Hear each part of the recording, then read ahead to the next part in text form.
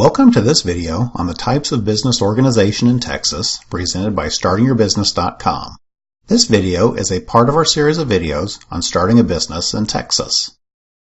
Choosing the way your business is legally organized and structured is a fundamental step of starting a business, and one to start thinking about early because it impacts the process of naming the business, applying for licenses and permits, and how the business is taxed. The business organization is the legal framework of an entity that is engaged in commercial activity. There are 4 primary types of business organization that a small business owner will choose from, which include the sole proprietorship, partnership, corporation, or LLC. Each entity has its own set of pros and cons, and each has some considerations that may make one better than another for you and the business. The considerations include the cost of forming the entity, liability protection, ability to get investment, tax burden, administrative requirements, and the complexity of formation. It can be a little overwhelming and confusing to pick the perfect entity for your business, but keep in mind that the entity you choose today does not have to be a forever decision, as you can change to a different entity later on. The first entity that we will cover is also the most simple, which is the sole proprietorship. The sole proprietorship is basically an individual who decides to go into business for themselves. There is no separate legal entity, as the business is tied to an individual, making the business and the individual the same legally. Since there is no state filing for the sole proprietorship, a major pro for this entity is that it is easy, fast, and inexpensive to form. There is no sharing of ownership, which means there is no board of directors or shareholders to be responsible to, and the taxation is relatively simple, as the profits or losses flow to the owner's personal tax return. While there are several upsides to the sole proprietorship, there are several downsides, and the biggest is unlimited liability, and here's why. Since the business and the owner are considered the same legally, should the business get sued, the owner's personal assets are potentially at risk. The risk of being a sole proprietorship really goes up if the owner has significant personal assets or has employees who could cause the business to get sued. There is also limited access to capital. This just means that unlike the partnership, corporation, or LLC, there aren't other people that you can have invest in the business. Last, the sole proprietorship has a limited life. So, if the owner passes away or decides to get out of business, that business essentially ceases to exist. This isn't a major concern for many businesses, but if there are contracts or licenses that the business relies on, the sole proprietorship may not be the best choice. Forming a sole proprietorship is pretty simple. Since there is no official state filing, you can decide to go into business right away as a sole proprietorship and be in business. We will cover some other details for starting a sole proprietorship in later videos and at StartingYourBusiness.com that may have to be done, like registering a business name and applying for licenses and tax numbers. The next entity is the partnership, which is a business owned by 2 or more individuals. The partnership is very similar to the sole proprietorship in that there is no legal entity and the owners have unlimited liability. The good things about the partnership are that it is easy, fast, and inexpensive to set up, with no filing or fees to set up with the state. There are also more people involved, which means there is more talent and funds to put into the business. Like the sole proprietorship, there are significant downsides, with the primary one being unlimited liability. But this time, if one partner makes a bad business decision, every other partner's personal assets are at risk, making the partnership riskier than the sole proprietorship. Another partnership con includes sharing of control. Since partnerships are usually informal and very little is in writing, disagreements can occur that can be devastating to the business.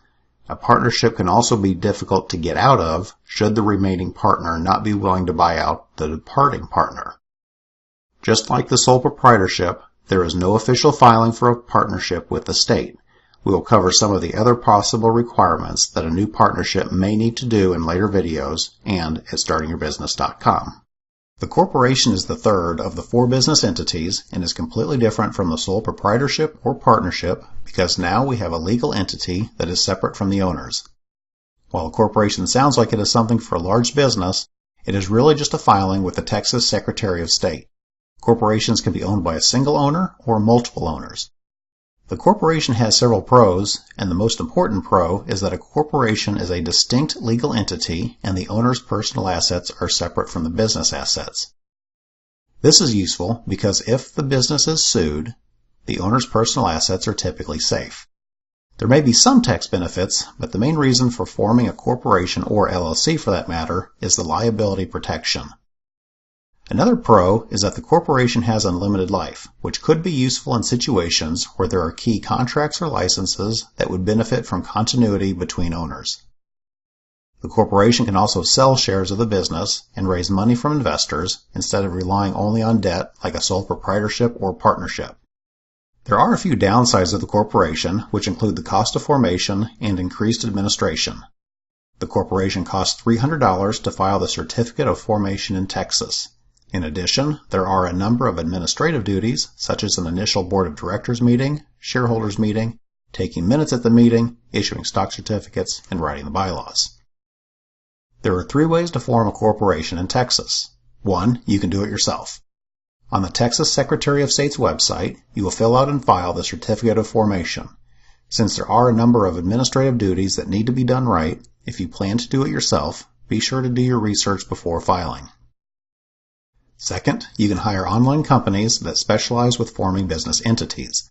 StartingYourBusiness.com has a list of companies that provide this service.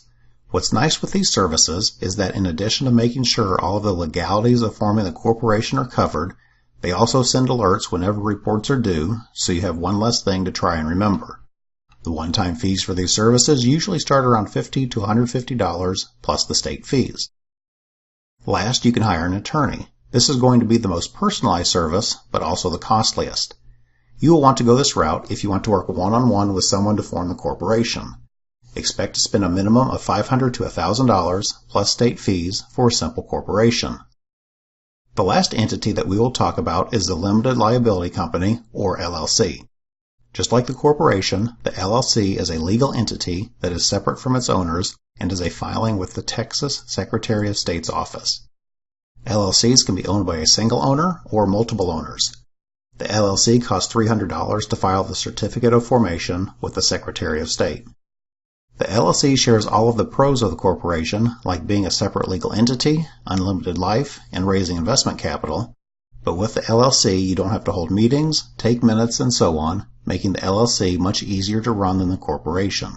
Besides the cost of filing the LLC, another potential downside is that every state has its own set of LLC laws, so if you have a Texas LLC physically doing business in another state, the LLC may not be the best entity for your business. The process for forming a LLC in Texas is similar to forming a corporation. You can do it yourself by filing the certificate of formation, or you can get guidance from a professional to make sure it's done right.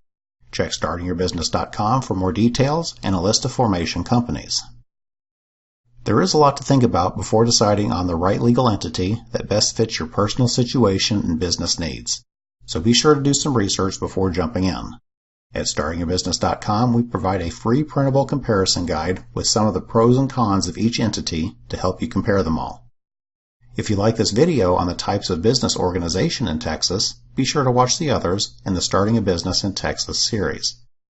Starting a business can be difficult, but you don't have to do it on your own. The StartingYourBusiness.com site has lots of information to help get your business started, and we have experienced business advisors ready to answer your questions at no cost.